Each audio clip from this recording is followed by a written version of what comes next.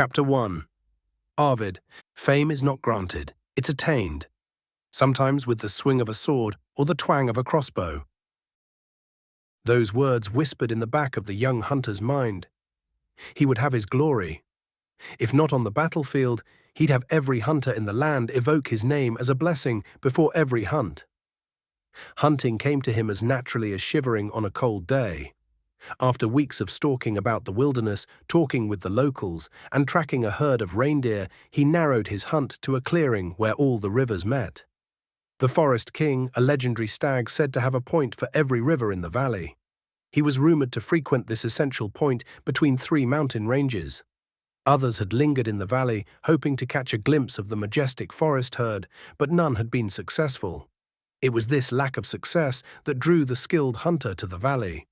How could every single hunter be foiled, the young hunter thought. No one reported ever seeing the herd in the valley, but their movement suggested this was where they were heading, no matter who he asked. The herd always moved toward the valley, but they were never actually seen in the valley itself. He thought the herd's leader must have had some supernatural sense that allowed it to detect potential danger. He took every precaution, from masking his scent with deer pellets to taking a position that always wafted his scent away from the valley. He constructed a shelter out of sticks that allowed him a complete view of the valley, no matter the direction. He painted his face and lay still for hours at a time. These were normal precautions serious hunters utilized when hunting. But what made his efforts more robust is the length of time he committed to his task. After seeing no sign of the legendary herd, he dug his hide. He believed that if someone saw signs of the herd, it meant it was already too late. He refused to build a fire out of fear that his prey would suspect his presence. Only the fear of losing his fingers and toes motivated him to finally light a fire. Still, he trekked a league away and returned when his body was warm enough. The snow was thick, and there weren't too many places with uncovered grass that grazers could go. His time was now short. The 3-day hunting trek that had turned into a fortnight had probably already yielded a search party looking for his remains. He was the son of a prince and third in line to the throne. It would not be much longer before a party was sent to recover him, dead or alive. His patience paid off when he saw a single stag enter the clearing. It sniffed at the air suspiciously before falling back just a bit. Its big black eyes scanned the clearing for any signs it might be in danger. The young prince's heart began to pound thunderously. The glory he so desperately coveted was so near, his hand quivered, not from the cold, but from excitement. When it stepped into the clearing, he lost his breath. It was a monster of a buck, at least 1.5 feet taller than he and broader at the chest by half. It scraped the ground to uncover the grass beneath the snow. It remained cautious, scanning between each mouthful. Several does followed behind, and several calves followed behind them. Soon the clearing was full of deer. The young lord never took his eyes off the towering buck. To his surprise, the stag wandered closer to his hide. He was hidden well. Even if you knew his exact location, he'd be challenging to see. As the buck neared, the young hunter gaped at the enormous rack atop the buck's head. It was almost as impressive as the giant himself. 15 points, as the stories said, but it could easily accommodate that number thrice. The young hunter realized he had not drawn a breath for some time, and did so abruptly. The sudden intake caused the buck to startle. The hunter sprang from his hide with his bow fully drawn. The snow sloughed off his backside as the two made eye contact. He was only a stone's throw away, so he took his time. Instead of bounding away, as deer typically do when they sense a person's approach, the gargantuan stag stared. As if to say, "You've got me." Arvid steadied himself and loosed the arrow. All the deer in the clearing scattered at the whoosh from the bow.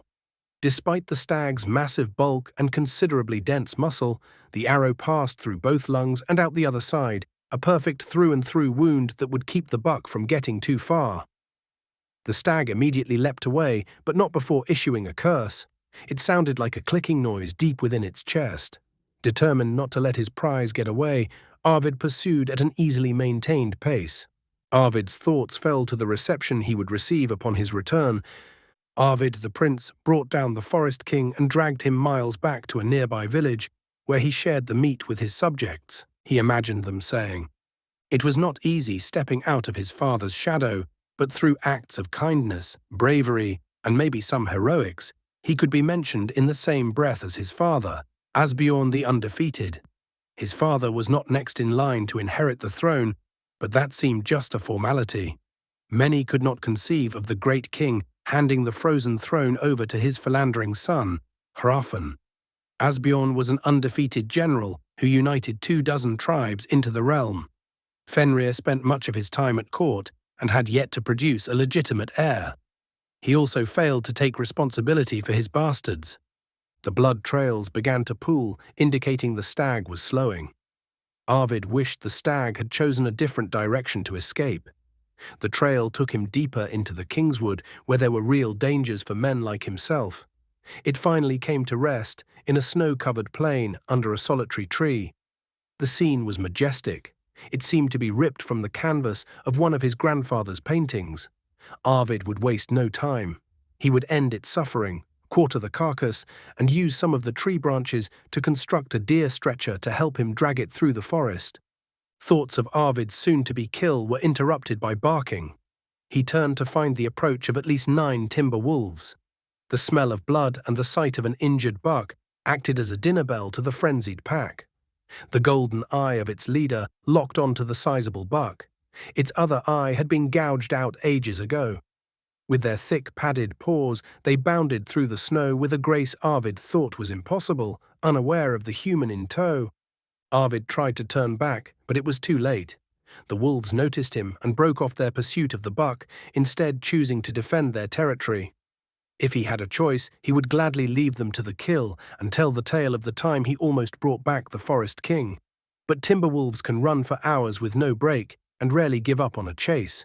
Northern wolves are twice the size of their southern cousins. They are intelligent by all accounts and seem to hold grudges towards certain hunters and herders. He was trespassing, that much was clear, but it seemed they were more concerned about his poaching. Arvid glanced at the edge of the clearing. He would not outrun this pack. He decided the solitary tree was his only chance. He followed after the stag. Instead of chasing him down, they circled him, cutting off his escape. 9 wolves, led by the large one-eyed white wolf with a grey stripe from head to tail, slowly tightened the circle. When Arvid glanced at the dying stag, it gave the same curse as when he fired the arrow. The clicking noise seemed to Arvid as a taunt, a final, "Kiss my arse," as it fell from this world and into the next. The lead wolf had a milky eye covered by a perfectly vertical scar that could only have been made by a knife. This particular wolf had a name Arvid knew. The locals called him Dasan. He was a man-killer. The reward for his death would feed a man for 2 years. More than a few men tried to collect the reward but were never heard from again, or so the story goes. One of the lesser wolves charged in from Arvid's rear. With one fluid, unthinking motion, Arvid had strung an arrow and loosed it into the neck of the oncoming wolf. It yelped loudly before it collapsed and died. Arvid had another arrow knocked before the beast breathed its last breath. The wolves tried to arouse their fallen comrade by nuzzling and biting at him, but realized he was dead, and Arvid had killed him. 9 arrows if I include the one in my hand, he thought. He retreated backward to the tree. He decided that if more than one wolf approached, he'd draw his sword and at least kill 1 or 2 before becoming overpowered. Just then he got an idea. With the agility afforded to him from his rigorous training, he slung his bow, planted a foot halfway up the tree, and sprang up to the sturdiest branch he could reach. The moment he turned his back, the pack descended upon him and narrowly missed his foot as he clung to the tree branch. It took little effort for him to perch himself. After he was sure he was stable, Arvid unslung his bow and nocked an arrow.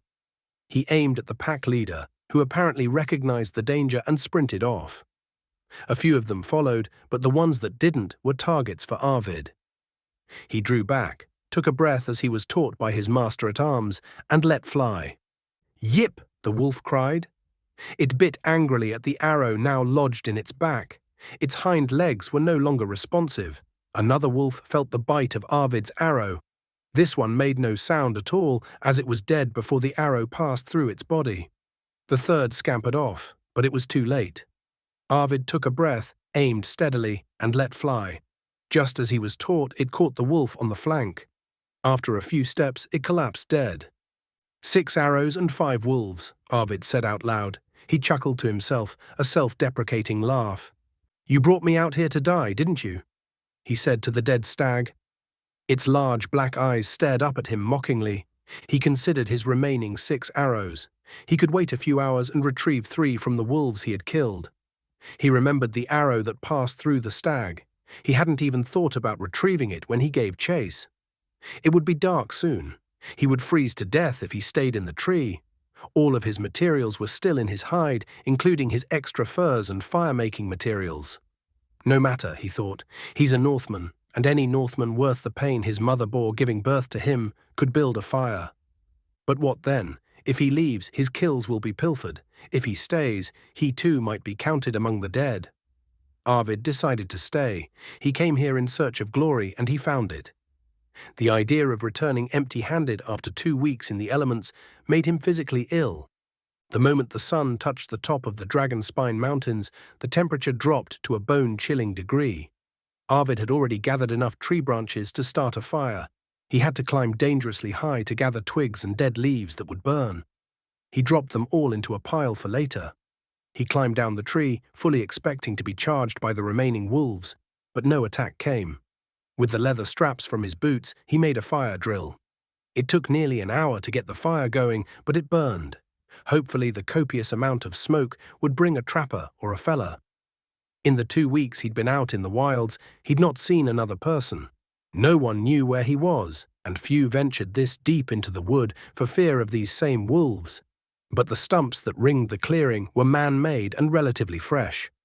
Arvid looked out into the wilds, trying to assess his next move, when he realized he was not alone. The light of the fire reflected off the irises of the wolves lying in wait just outside the long clearing. They glared unblinkingly as if he would disappear the moment their eyes were off him. They hid out of sight, waiting for their opportunity to get their revenge for their fallen comrades. Arvid did not see the pack leader. It had only one eye. This was concerning to him for some reason. Could this be another pack of wolves?